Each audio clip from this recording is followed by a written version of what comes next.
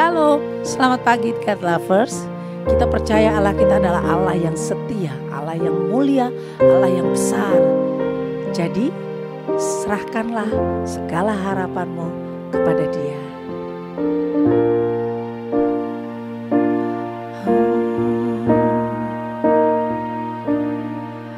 Kau Allah yang setia, Bapa yang mulia, kasih-Mu besar Tuhan. Kau pulihkan hidupku, Kaulah harapanku. Hidupku dalam-Mu, terima kasih Tuhan. Kau selamatkan hidupku, dengan apa kan ku balas segala kebaikan-Mu. Segenap hatiku menyembah-Mu Yesus. Ku bersyukur padamu, dengan apa kan ku balas segala kebaikan-Mu. Segenap hatiku menyembah-Mu Yesus. Ku bersyukur padamu selamanya.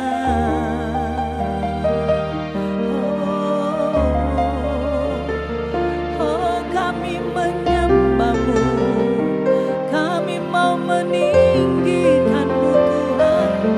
Kami datang di hadapan-Mu Yesus. Kami tahu Tuhan, Kau yang layak kami sembah, kami agungkan, kami muliakan Tuhan. Oh, haleluya. Oh Yesus, dengan apa kan ku balas segala kebaikan-Mu. Segenap hatiku menyembah-Mu Yesus. Ku bersyukur padamu, dengan apa kan ku balas segala kebaikan-Mu. Segenap hatiku menyembah-Mu Yesus. Ku bersyukur padamu selamanya. Oh, selamanya.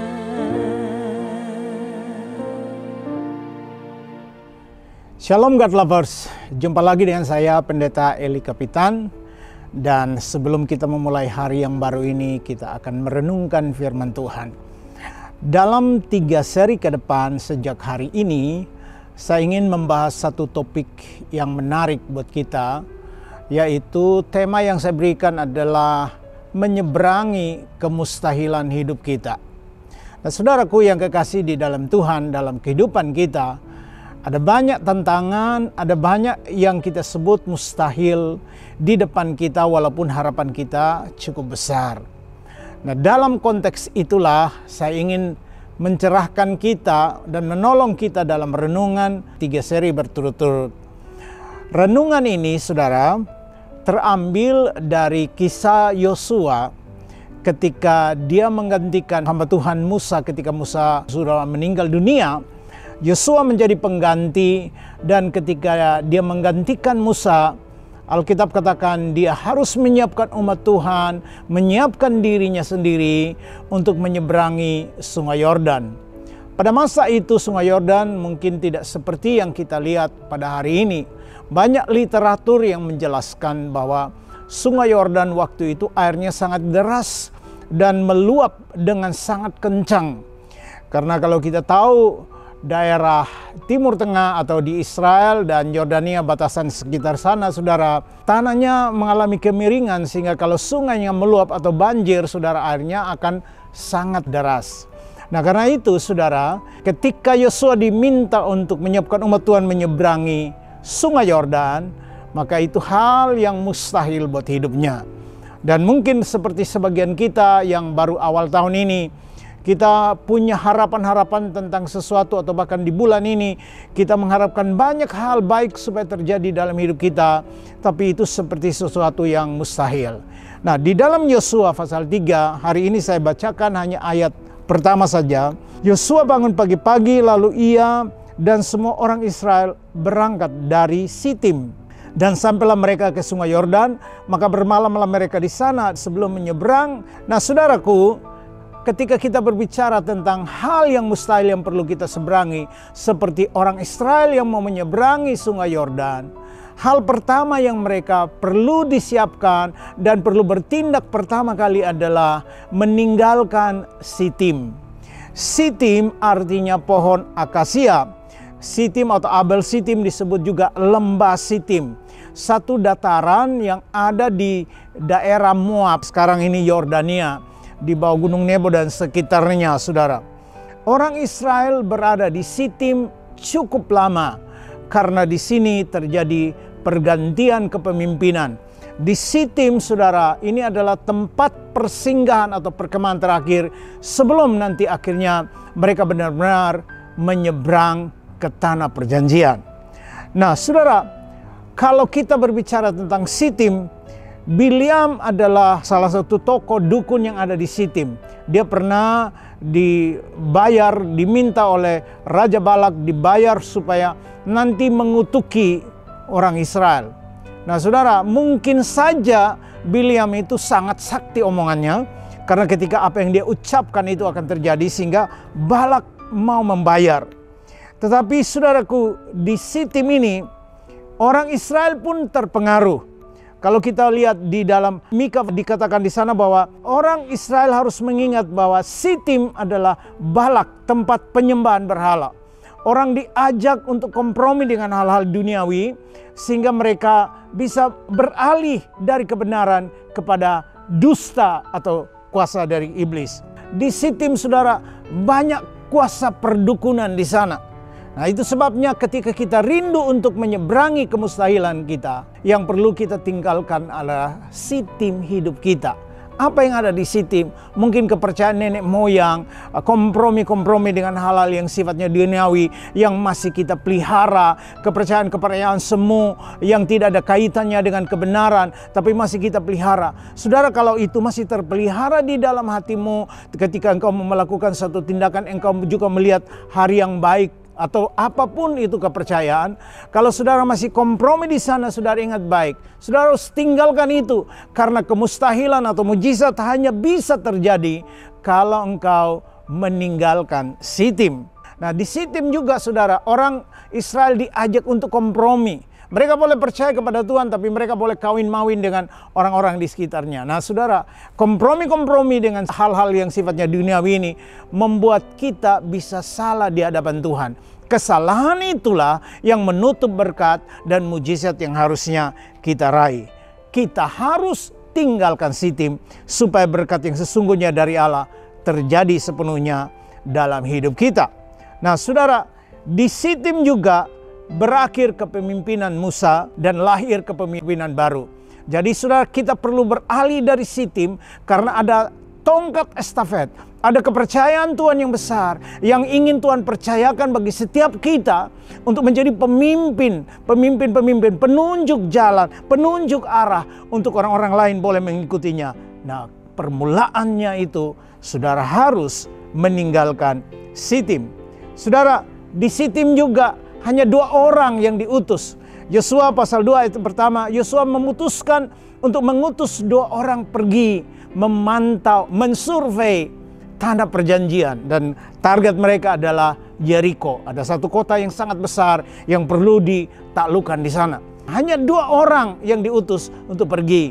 Tetapi sekarang Yosua berkata, "Yuk mari kita tinggalkan Sitim supaya kita semua mengalami kelimpahan." Tanah yang berlimpah susu dan madu itu yang Tuhan Allah janjikan kepada nenek moyang kita, kita akan mengalaminya, kita akan menikmatinya bersama-sama. So, Sitim adalah tempat terakhir hidup kita untuk berpola dengan dunia ini. Sitim adalah tempat terakhir kita untuk hanya menceritakan kisah dan mujizat orang. Tetapi Sitim kita harus tinggalkan supaya kita masuk ke dalam tanah kelimpahan hidup kita, mengalami berkat yang seutuhnya. Saya berdoa buat kita semua hari ini supaya hari ini jangan lagi kompromi dengan dunia ini. Jangan lagi engkau mengandalkan kepercayaan-kepercayaan semu yang mungkin dipengaruhi oleh kepercayaan nenek moyang. Tinggalkan itu. Karena Tuhan mau engkau dan saya masuk ke tanah perjanjian.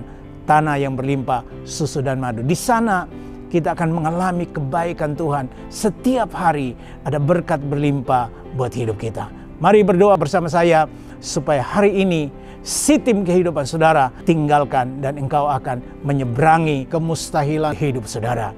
Bapa di sorga, dalam nama Tuhan Yesus, hari ini hamba berdoa untuk setiap kami yang mendengarkan renungan ini. Biarkan apapun Sitim hidup kami hari ini, biarkan kami tinggalkan di dalam nama Tuhan Yesus.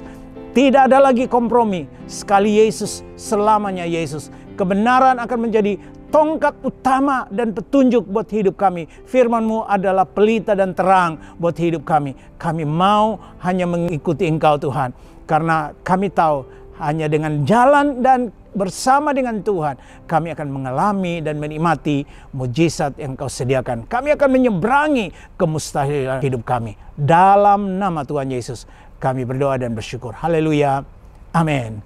God lovers, kalau Anda diberkati dengan renungan ini, mari bagikan channel ini kepada saudara-saudara kita. Like, comment, dan subscribe supaya channel ini menjadi berkat buat lebih banyak orang. Tuhan Yesus memberkati dan shalom.